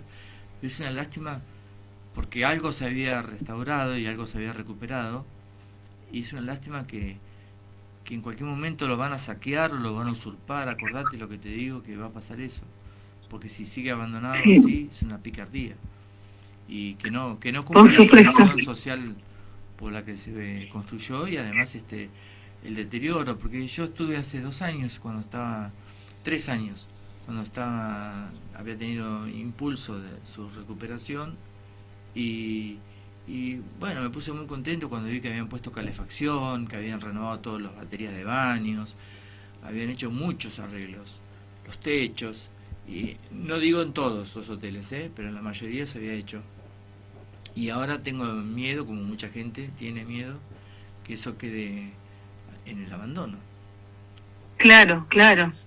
Sí, la verdad que sí, yo también estuve pasando por detrás de los edificios, yendo hacia Miramar, hacia de la ruta hacia la derecha, claro. Y eso está muy abandonado, y es una pena la inversión tan grande que se ha hecho, el esfuerzo, y que ahora no se disfrute, ¿no? Sí, exacto. Decime, Alicia, vos conociste al arquitecto Cova, ¿no? A Roberto Cova. Sí, claro, sí. Contame un poquito de él. ¿Vos estudiaste con él, trabajaste con él? No. Yo le he ido a algunas visitas. No fue profesor mío, lamentablemente. Yo lo que pasa es que estudié en Mar del Plata, pero después viví muchísimos años en España. Sí. Entonces, cuando vuelvo a la Argentina, hace unos 6 años, lo he visto, y la verdad que una persona muy capaz, muy interesante. Hubiese aprendido muchísimo de él. Ahora lo que quiero es conocer su biblioteca, que funciona donde fue su casa, la casa de los padres inclusive. En la calle 14 de julio. No sé si en la calle 14 de julio, ¿no? Sí, creo que es al 2300, más o menos. No, 2300, sí. Me parece que sí. Sí, yo pedí turno ahora, justamente, antes de ayer. Me contestaron enseguida, porque querían buscar material sobre, a ver si tenía algo sobre Miramar y Alvarado de antes, ¿no? El fundacional, a ver si él tenía, porque era un estudioso. Yo una vez lo consulté por Chapadmalal, me acuerdo, nos reunimos ahí en la calle San Martín, en un café que ya no está, Sao, y me contó un montón de cosas sobre la construcción de la unidad turística, y a raíz de eso me entrevisté después con un picapedrero muy viejito que vivía todavía, había estado en la construcción de la torre tanque de agua de Mar del Plata, y terminada la torre tanque, él con un grupo, una cuadrilla, se fueron a trabajar a Chapadmalal, y se quedó en Chapadmalal, y lo llegué a entrevistar. Te hablo ya de unos 30 años, 25 años, no recuerdo exactamente la fecha. Y todo por datos que él me pasó. Qué interesante, sí. Era la verdad que un genio, ¿no? Sí, era una persona muy capacitada, muy sensible, muy preocupado por todo, y siempre fue muy amable. Todas las personas que se han acercado a él siempre han recibido muchísima información. Generoso, nada mezquino para compartir. Sí, muy generoso, sí. Una vez me permitió hacerle una copia, un plano, recuerdo, que lo tengo guardadito, plano sobre Mar del Plata. Bueno, ahora es cuestión de ir a su biblioteca, que debe funcionar muy bien porque realmente se ha puesto mucha atención a toda su obra. Así que bueno. Es que Mar del Plata le debe mucho a él. La región sí. le debe mucho, porque ha dejado registros muy importantes, completos, y de temas que otros no prestaban atención. Se puede visitar además la casa museo. Creo que hay que pedir turno. Ingresan por internet, Museo Roberto Cova, y ahí pueden por correo solicitar, o por teléfono solicitar turno. Creo que es los miércoles, y 2 o 3 veces por semana, pero un día creo que es los miércoles. Hay una visita a las 12 y otra a las 13 horas. Dura 45 minutos. Pero eso si no quiere recorrer, pero si no quiere investigar, pide el material, lo buscan y te avisan cuando lo han localizado, para permitirte ir a estudiarlo ahí, a analizarlo, fotografiar, lo que sea. Bueno, eso qué interesante. Sí, muy muy interesante. Como Barili también, otro grande, ¿no? Anterior. Claro, sí, que hoy tiene el Museo Histórico, está su nombre. El Museo Histórico de Villa Mitre. De Villa Mitre, donde te he escuchado varias veces, y yo además me enteré ahí, porque no sabía, desconocía que ha sido muy deportista y destacada. Ah, qué gracioso, sí. He sido maratonista en el momento que todavía nadie corría. Yo me entrenaba muchísimo y tenía mucha más capacidad para hacer carreras de largo aliento que velocidad. Así que recuerdo que mi entrenador me decía, mira, vas a tener que competir en la calle y con chicos. Así que bueno, yo he corrido muchísimos kilómetros. Fui con Iri Fernández las primeras mujeres de correr distancias largas en Argentina. Después representé muchas veces al país, en Brasil, en las fiestas San Silvestre, que se corre el 31 de diciembre a la noche, unos 20 minutos antes que termine el año. Quiere decir que empezás un año y terminas al siguiente. Después he corrido en Puerto Rico 3 veces seguidas, 3 años seguidos. Es decir, entrenaba mucho, y creo que esto me ayudó mucho en la vida. Primero porque me cuido físicamente. No es que dejé de competir y ahora me abandono, no, inclusive estoy haciendo 3 veces a la semana, voy a una musculación, en fin, me cuido mucho. Pero también lo que me dio mucha resistencia y tener la idea clara, que nunca hay que abandonar. Tener proyectos y bueno, el estar terminando ya el máster en patrimonio arquitectónico y urbano, que ya estoy con la tesis, la verdad que es una ilusión enorme la que tengo. Me encanta la investigación, me encanta también poder difundir el conocimiento, así que estoy pasando por un momento muy bueno. Te felicito. ¿Cuándo pensás que podrías estar terminando la tesis para presentar? Mira, tengo el plan de tesis aprobado. Todas las materias las tengo aprobadas.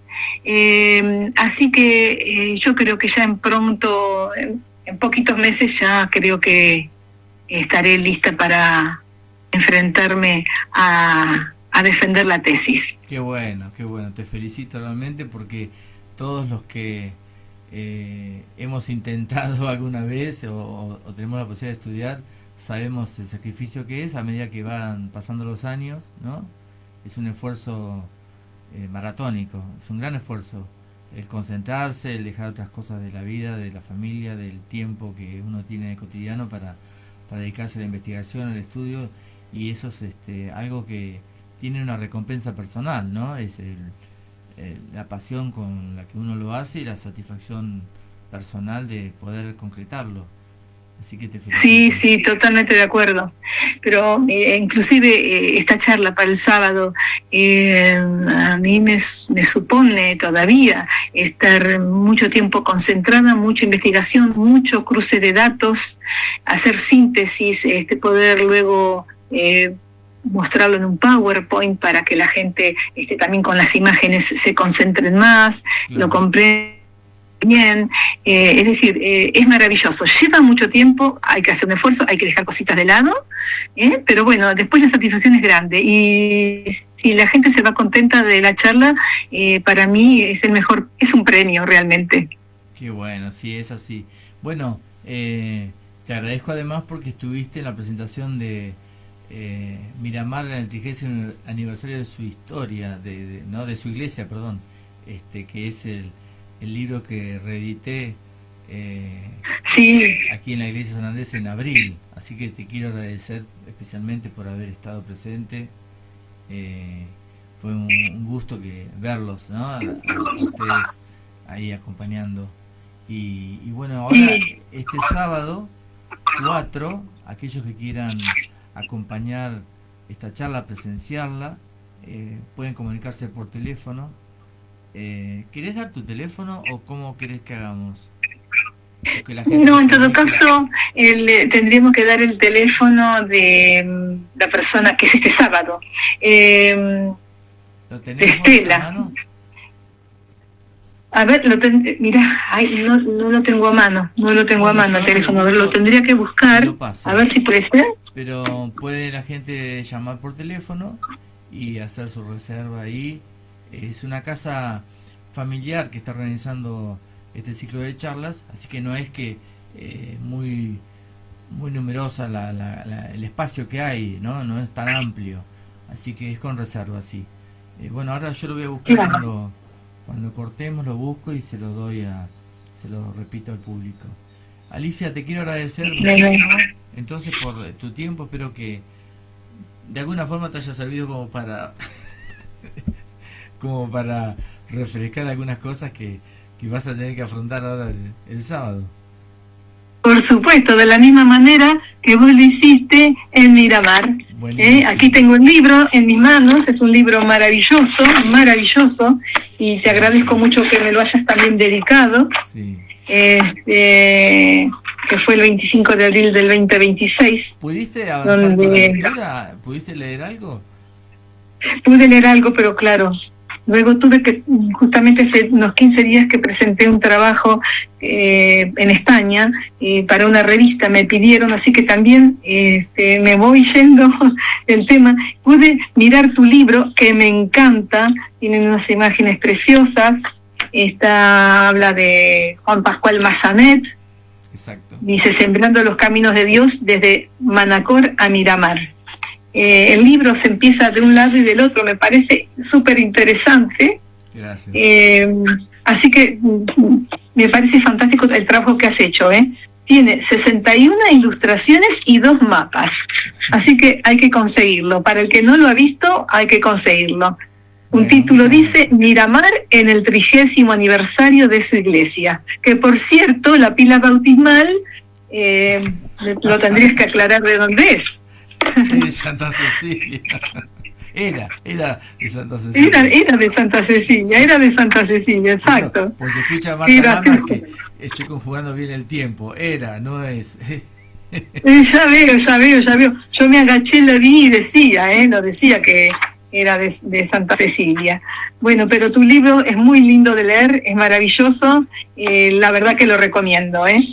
Bueno, Alicia, te mando un cariño grande y todos los éxitos este sábado, y que sigan los éxitos de todas las investigaciones que preparás y que puedas concretar este año este magíster que estás haciendo con la ¿cómo es que se llama bien el nombre? Decime, GIPAU es gestión e intervención Sí. del patrimonio arquitectónico y urbano. Ahí está. No. Y urbano, ahí está, GIPAU. Bueno, sí. Saludos al equipo de GIPAU, a los compañeros que dejé por ahí el camino. Sí, la verdad que el máster en patrimonio aquí en Mar del Plata es maravilloso, los profesionales son excelentes, es una joya poder escucharlos. Nada, a seguir para adelante y también vos, no dejes el máster. Bueno, muchas gracias. Cariños a todos. Muchas gracias a vos y abrazo a toda la gente, a todos los oyentes. Bueno, gracias. Gracias a vos. Gracias. Nos esperamos. Adiós. Bueno, estuvimos con la arquitecta Alicia Echarren. Muy simpática es, muy amable. Les voy a buscar acá el contacto contacto telefónico. Los que quieran participar de este ciclo de charlas es en el 223-446-4625. 223-446-4625. Ahí se comunican. Creo que los va a atender, a ver si es Estela o Laura, no recuerdo el nombre, porque es siempre con reserva y con sí, acá está, no me pone cómo es el nombre, pero bueno, ustedes llaman ahí, preguntan, dicen que llaman de parte del programa, si quieren, y si no, que lo escuchaban por radio.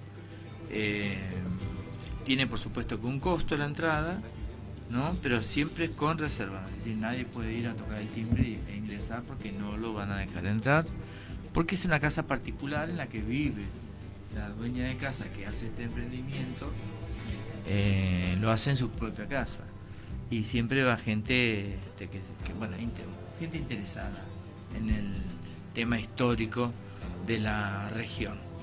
Y otro que me está faltando para terminar de anunciarles es que próximamente en septiembre se vuelve a hacer el Congreso Regional.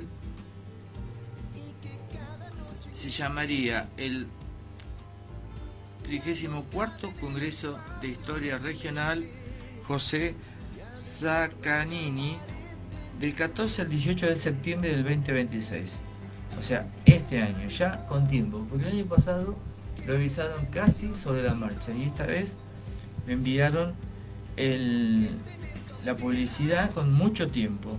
Los felicito por eso, porque me quejé el año pasado también de que sobre la marcha no podíamos improvisar algo y salir a presentar un trabajo.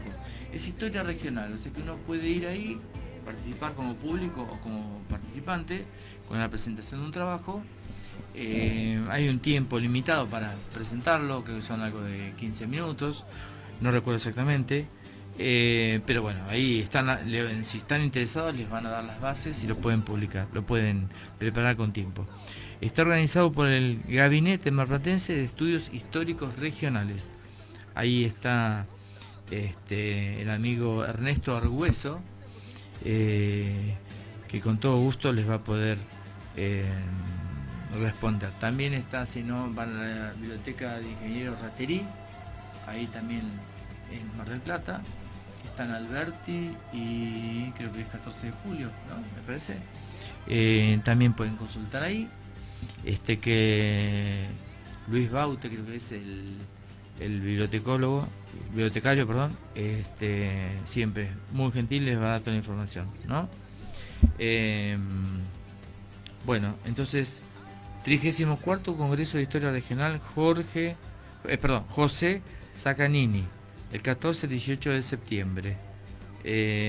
A ver qué pongo. Temario: Historia Regional, esquinas de campo, estancias, tradiciones, folclore, biografías, poblaciones, instituciones, arqueología y todo aquello que conforme y constituya el patrimonio histórico y cultural de la región sureste de la provincia de Buenos Aires. Acá está. Consultas. Le voy a dar un correo electrónico, ¿no? Gabinete, como suena, gabinete, MEHR, que viene a ser el nombre, ¿no? El Gabinete Marplatense Estudios Históricos Regionales. M de Marplatense, E de Estudios, H de Históricos, R de Regionales. @gmail.com. Gabinete MEHR @gmail.com. Y si no, pueden escribir al Congreso Historia MDP @gmail.com. Congreso Historia MDP @gmail.com. Los trabajos presentados se incluirán en la publicación de las actas del Congreso. Bien, es muy interesante. Yo participé no en este último 2025, sino en el 2024. Así que bueno, cualquier tema de historia regional, no tiene por qué ser de Mar del Plata, Este mismo grupo prepara después para la semana próxima al aniversario de Mar del Plata, que es en febrero, la fecha de fundación, prepara entonces un tema histórico, pero marplatense, ¿no? Son también temas muy puntuales, generalmente lo hacen ahí en el Café Dickens, cerca del Shopping Los Gallegos. Bueno, es una reunión casi de amigos todos, donde cada uno tiene un espacio breve de tiempo, 5 minutos, 7 minutos, para hacer el relato sobre algún tema específico de Mar del Plata, Pueyrredón en realidad, ¿no? De los campos, las estancias, los negocios, los personajes de Mar del Plata o de Batán. Es muy lindo, porque ahí hay gente muy estudiosa, investigadores, docentes, y hay un grupo de alumnos de una escuela de Mar del Plata que todos los años tienen la materia del mismo colegio, la preparación de una investigación, y eso la escuela publica un libro anualmente con estos trabajos. Recuerdo cuando estuve, pude apreciar el de los alfajores Habana, por ejemplo, ¿no? También otro fue con el Mundial de Fútbol, cuando se jugó en Mar del Plata, y uno de los equipos extranjeros, no recuerdo si había extraviado las camisetas o se las habían perdido en el traslado, y uno de los clubes de Mar del Plata les prestó las camisetas para que pudieran jugar con Argentina. Así que bueno, muy interesante también. O sea que a veces son anécdotas estas, otras veces son historias más extensas, pero bueno, muy muy lindo. Así que eso es de agradecer y de apreciar siempre. Ponemos un poquito la cortina y ya volvemos para despedirnos. Yo también pretendo mejorar el mundo, haciéndonos perfecto, más alto y profundo. Ayudemos en su simetría, quiéreme como tú quieres y lo varía. Yo también pretendo mejorar el mundo, haciéndonos perfecto, más alto y profundo. Ayudemos en su simetría, quiéreme como tú quieres y que lo valdría.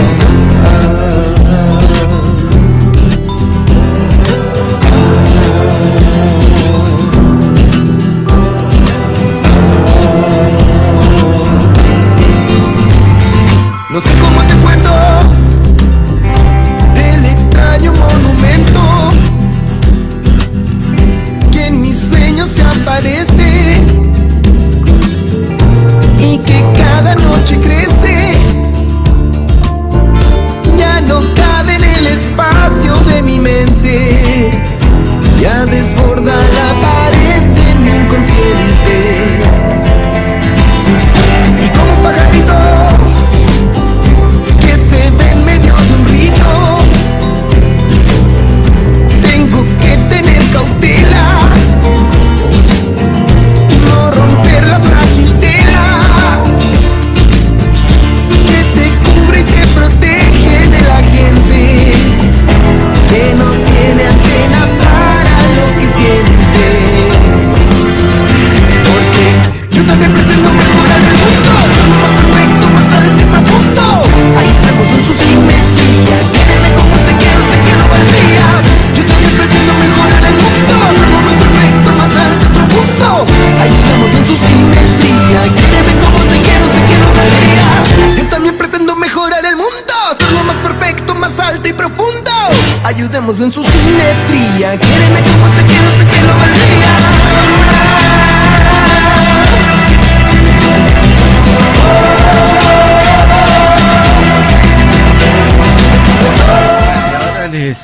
Ya en los últimos minutos quiero comentar algo que es muy simpático, pero encontré un programa de actos que el personal directivo, docente, alumnos y padres brindaron al padre Juan Marsilio en celebración de sus 25 años de consagrados al sacerdocio. Siempre les hablo de guardar papeles, de guardar recuerdos, tratar de recuperar en un bolsillo de un saco, en una campera, dentro de una cartera, en un cajón de la mesa de luz. Sobre todo cuando amigos o familiares fallecen, generalmente parte de la familia que no conoce la historia, a lo mejor decide desprenderse de esos recuerdos, ¿no? Entonces dice, bueno, esto no tiene importancia a lo mejor, y bueno, guardan cosas más directas con la familia, pero estas cuestiones que encuentra a lo mejor entre las prendas de vestir o los elementos del familiar, las tira. Entonces, fíjense, yo ahora encuentro, estamos hablando del año 64, 8 de julio de 1964, el padre Juan Marsiglio, que es aquel que está, sus restos están descansando ahí a la derecha, ¿no? Mirando hacia el frente de la iglesia, a la derecha, en el atrio de la iglesia San Andrés. Entonces la escuela, el parroquial en ese momento, le organiza un acto, y dice a las 15 horas, en el subsuelo del colegio. Hoy en ese subsuelo no permitirían hacer nada, porque la cuestión de seguridad, pero en esa época se planteó como salón de actos, increíble. Bueno, reunión del personal directivo, docente, alumnos y padres para recibir al presbítero Juan Marsiglio. Primero el himno al colegio, palabras alusivas a cargo de la maestra de quinto grado, señorita Carmen Rosa Blanco. El picahueso, cueca entonada por Luisa Gaglia. Luisa Gaglia hoy tiene 70 años, qué sé yo, más o menos. Pero en ese momento, imagínense, tendría 7, 8 años, quizás 9. Luisa Gaglia, Andrés Allende, Marcelo Hipólito, Marcelo Dal Ponte y Roberto Lescano. Bueno, algunos de ellos se los envié para que recordaran que alguna vez fueron pibes, ¿no? Niños. Marcelito Salazar, por Marcelo Bernasconi. Ahí está, los que lo conocen a Marcelo Bernasconi, le pueden decir que hablamos de él cuando era chico. Bueno, Pala Pala, interpretado por Graciela Sosa y Jorge Maffei. Otro Graciela Sosa, se lo tengo que mandar. Y Jorge Maffei. Bueno, dice, las bodas de Flordelma y Pirimpilo. Bueno, coro de flores, atenti, coro de flores. ¿Quiénes integraban el coro de flores? Luis Allende, Gustavo Berardo, Alejandro Luna y Juan Isaía. Coro de hormigas, Miguel Lares, José Rodríguez y José Obcac. Cigarra, Omar Martínez. Búho, Pablito Coco. ¿Este Pablito Coco será de Soledad Coco? ¿Será el papá? No recuerdo el nombre de él. Seguro que era la casa Kobe, ¿no? Que era Coco Besteiro, sería el hijo. Bueno, Urraca, Darío Entrático. Coro de pájaros, insectos y flores, lo integraban Fernando Terida, Alberto Moglia, Andrés Segura, Alberto Svans y Eduardo Monticelli. Después teníamos el Moscardón, Eduardo Gali, Gallo, Luis García, Pirimpilo, Luis Fliego, parece que dijera, o Pliego, y Flor de Luna, Carlos Leduc. Muchos de ellos ya fallecidos, lamentablemente. Bueno, Guricito Costero, otro tema. Samba, cantada por los mismos alumnos arriba nombrados. Y Miren el movimiento, otra canción. Él, Alejandro Freijo. Y ella, Inocencio Lucheta. Inocencio, Hino, de la carpintería, el pelirrojo. Hoy le escribí para traerlo al radio, no quiere. Le da vergüenza. Poesía a cargo del niño Eduardo Héctor Fuentes. Y entrega de presentes recordatorios, palabras del presbítero Juan Marsiglio, que se le va a perder. Bueno, día 9 de julio de 1974, a las 9 horas, en la iglesia parroquial San Andrés Apóstol, Santa Misa de Acción de Gracias, a la que concurrirán el personal directivo, docente, alumnos y padres del Colegio Parroquial de Varones. Y la celebración era porque entre 1939 y 1964 el sacerdote Juan Marsiglio, que había nacido en Italia, en la provincia de Belluno, creo que era Cosenza o algo así el pueblo, la provincia de Belluno, muy cerca de Venecia, el lugar, lo busqué en el mapa. Cumplía 25 años de sacerdocio. Viste cómo se festejaba a lo grande, ¿no? Toda la escuela cantándole zambas, cuecas, muy lindo. Bueno, pero me gustó nombrar a estos personajes, estas personas, habitantes, compañeros de Miramar, que en ese momento estaban cursando el 4º grado. Qué increíble cómo pasa el tiempo. Pero bueno, ven, ahí quedó un documento. Y máxime que el padre Juan Marsilio fue un gran sacerdote que dejó huella en toda la región, porque cumplió su misión pastoral en Necochea, Juan N. Fernández y Miramar, falleciendo aquí en Miramar.